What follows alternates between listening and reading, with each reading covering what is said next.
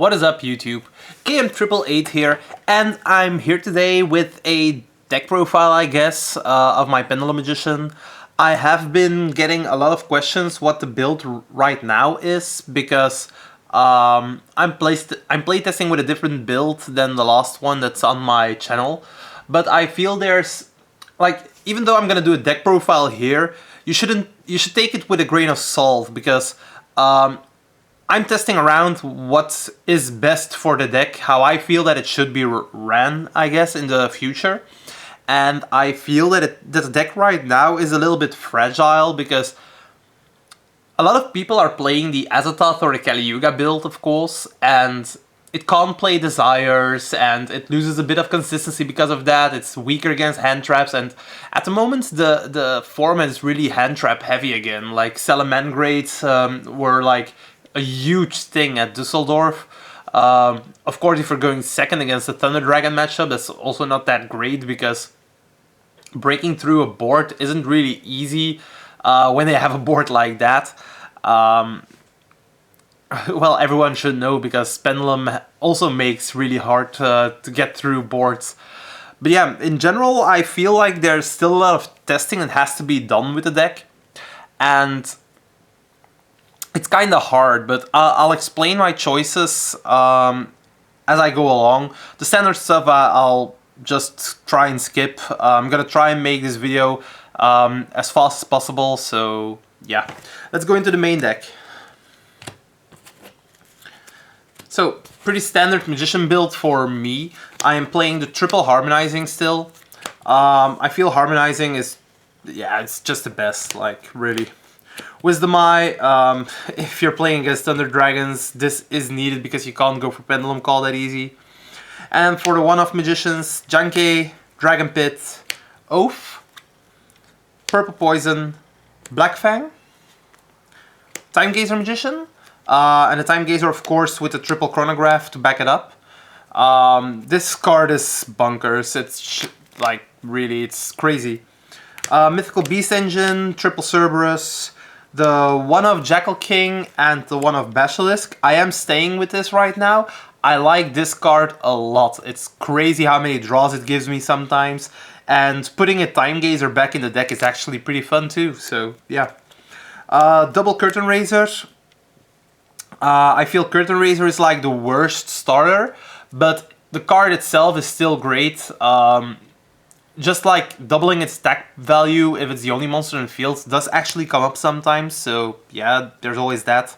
So yeah, triple Darkworm, standard, and only one Gate 0. I am testing a couple of other cards right now, and I try to cut down the build a bit, so I opted to choose one Gate 0, and I'm just gonna tell you, I am still playing Kali-Yuga.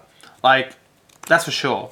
But I didn't really cut down on the level 7s because I added more level 7s. You're gonna see, like, in a second. But yeah, I don't know. I really don't want to draw this in my opening hand, but not having it is also really bad, so it's iffy, but at 1 I feel I'm testing it right now, so yeah. The one Destrudo, like, this card in the build how it's right now is really underwhelming, because I'm not playing the PK engine to its full potential. I'm only playing 2 cards, the Boots and the Rank Up Magic, which actually means that I don't get extra value out of my Boots, and I don't get another monster so I can synchro with the Destrudo in case it comes up. So I might change that up again, so like adding the Cloak and the Shade Brigandine again. But like I said, I'm still testing, and the build right now, I feel it's pretty weird, but it's so consistent. It's just awkward. I just try with this build to make the same board through hand traps, or even if there aren't any hand traps. Like, you always try to end up with Deco Talker, Dweller or Boral Savage, like one of the two, and the Rusty Bardish with the Kali-Yuga play, and that's actually what I'm always trying to get. And nothing extra, so nothing too massive, but even through hand traps, I feel that it should be possible to make that board, so yeah. Triple Phantasme. You guys might think, whoa, what the fuck is going on? Hand traps in Pendulum Magicians. I like Phantasme at the moment. I have been playtesting with it. And even when I go first, it's just the additional level 7 that I needed to make my Kali Yuga play, to make my Rage in Life, to go for it. Like, and it's not even that bad. It's a level 7, so you can go for the Absolute. It is a Dark, so if you have it in your hand with Allure of Darkness going first, you can just allure it away. And I've had it like a couple of times in testing, where I opened 2 of this, but like in my first turn play, I just Pendulum summoned 1, I left the other in my hand, and as soon as the opponent tried to go and play, I just summoned this with the effect, and I got the mulligan in my hand, which is still awesome. Like, the card is actually busted right now. There are a lot of decks that link summon a lot, and when you go second against guard dragons, like, this gets you into so many draws. That's amazing. So yeah, just an extra body on board right then and there. The one Silent Boots, as I said, I might put the cloak in again. I'm not really sure what I'm going to take out because I really want the deck to be at 42. But if it's gonna be 43 or 44, so be it. I have to see in the ratios. Like, take for example Thomas Rose's deck, the Orcus Danger deck. It was playing 48, which is amazing. Like, sure, they have he was playing, I think, 10 dangers, like the triple Nessie, triple Tsuku, triple Jackalope, and the one Chupacabra. So that's all Upstart Goblins, basically. But you're not gonna draw your PK engines if you're playing 48, and he was playing double Boots, double Cloak, the Rank Up Magic, double Fogblade, and the Shade Brigandine, so there was like a lot of PK engine in that deck. But I'm not really sure what I'm going to do with it yet, so yeah, just Silent Boots, and to accompany it, the Rank Up Magic, of course. I like it. For the other spells, double Allure of Darkness. Just digs deeper into the deck, and it's great against Thunder Dragons as well, so... double Pot of Desires, like, you might all switch off your video right now, I don't know. But the way I'm testing it right now, I feel Pot of Desires is a necessity for the deck on its own. It doesn't really matter what build you're playing. Either your hand is good enough to just keep it in your hand and go from there, or your hand is terrible and this card just fixes it, so you can play.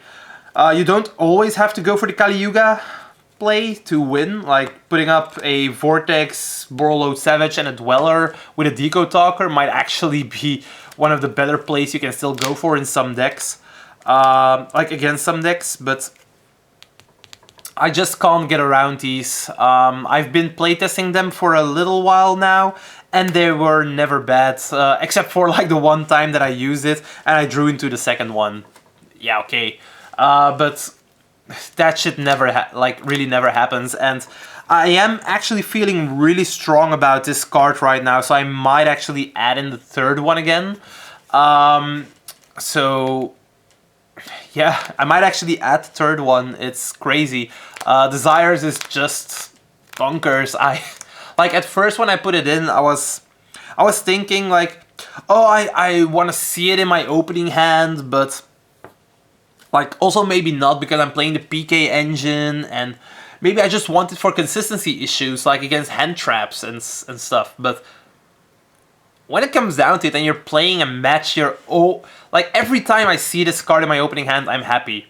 I don't even care that much. It's crazy. Like Pot of Desires, I'm pretty sure I'm gonna play it back at 3, but right now I don't really know what to cut yet. And you all could say like add the Cloak, add Shade Brigandine, add the Desires, and get rid of the Phantasme.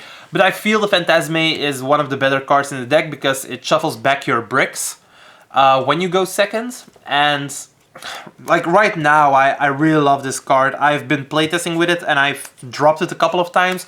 Card is nuts, so yeah. Double Shrine, one Foolish, standard plays of course, so yeah, there's that. And triple Pendulum Call to round up the main deck. It's 42 cards. I'm not playing the Duelist Alliance anymore. I'm kind of feeling weird about the card because of Thunder Dragons. Like, I was playtesting against Thunder Dragons one game, like game 1, and I had to go second.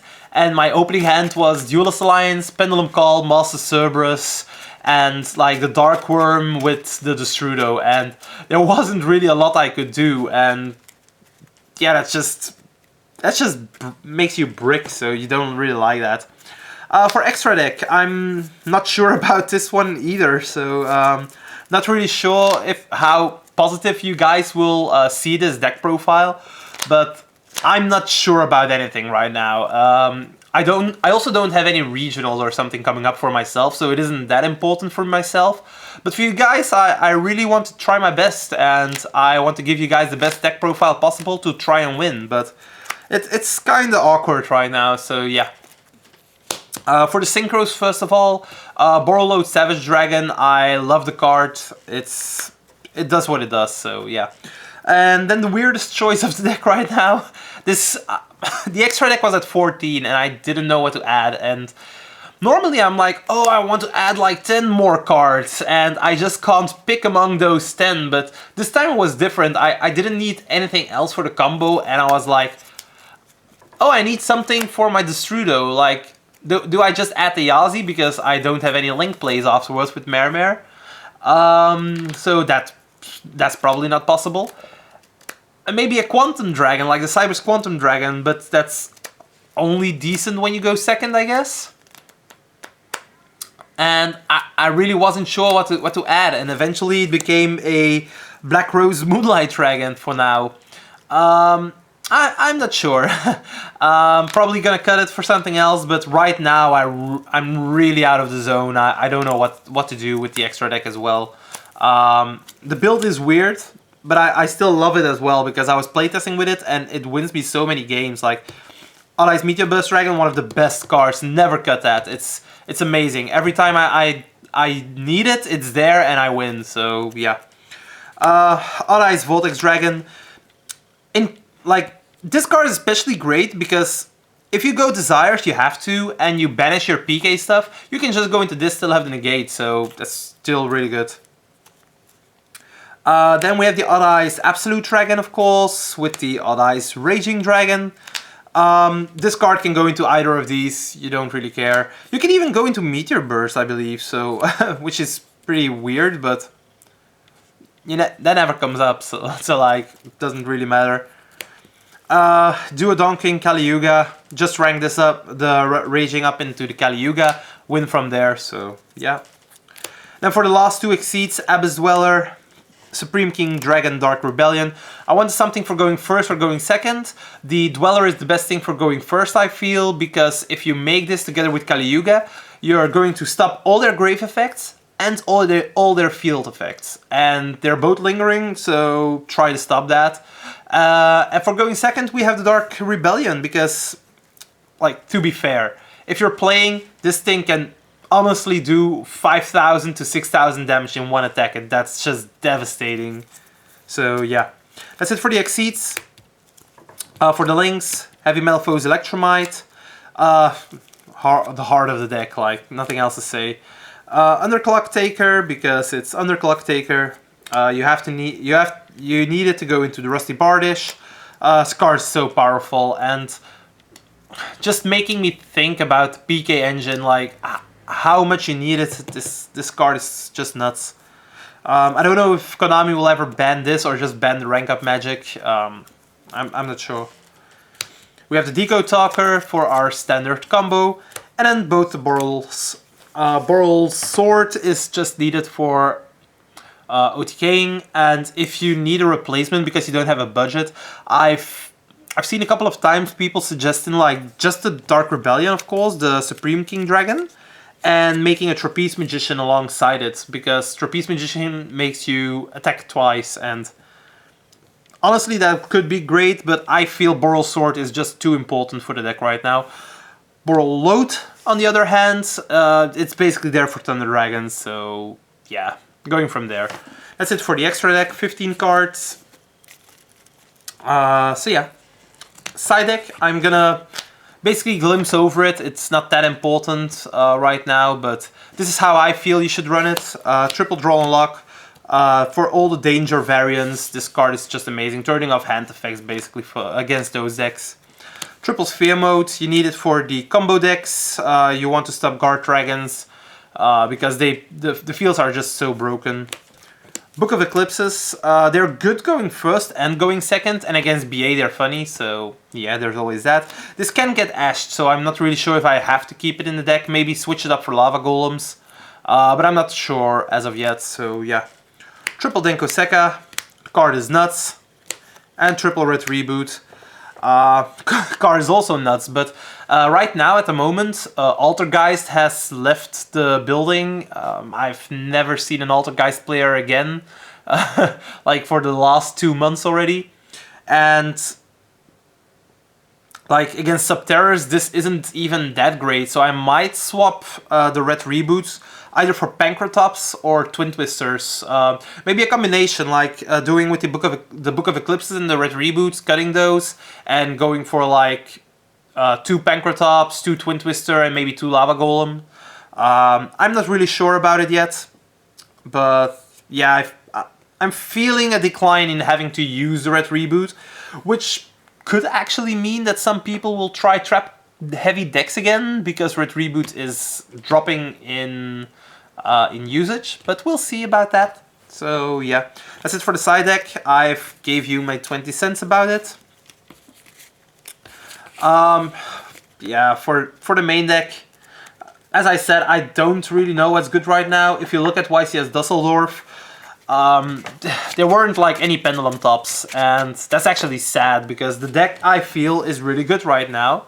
But just because people don't really know what to do with it and what the best ratios are, and of course everybody and their mom citing Twin Twisters and Pancratops and Kaijus, it is actually a bit difficult. Like, so yeah, it might actually be better to go back to the standard build. Hey look, another boots, like just in my previous test hand video. But yeah, I'm not really that sure what we should do with the deck. At the moment I feel this is really great. You can easily play through 1 or 2 hand traps just because of the power that this deck has. The most annoying hand trap is probably draw and lock, so because you can't add anything, and if they draw you cannot add anymore, and it's just annoying, so yeah. This is an awesome hand, so yeah. But as you see, like 42 cards in the deck. I'm not really sure. I might change it up a bit. Maybe cut to the Strudo, because I'm not really feeling it right now. For the third Pot of Desires, but the Strudo and Sodi is really good because if you draw Shrine from the Electromite, which also happens a lot. Oh my god, not a starter! Yay! But yeah, that's it for the video right now, guys. If you have any commentary, any advice, anything else going on, just comment down below. Where's the video? Comment down below. I hope you guys will like it still, and there are more videos coming up. So yeah, after this test hands, like just showing the 5, I'm going to sign off. Oh wow, that's it's amazing. Okay, guys, ciao.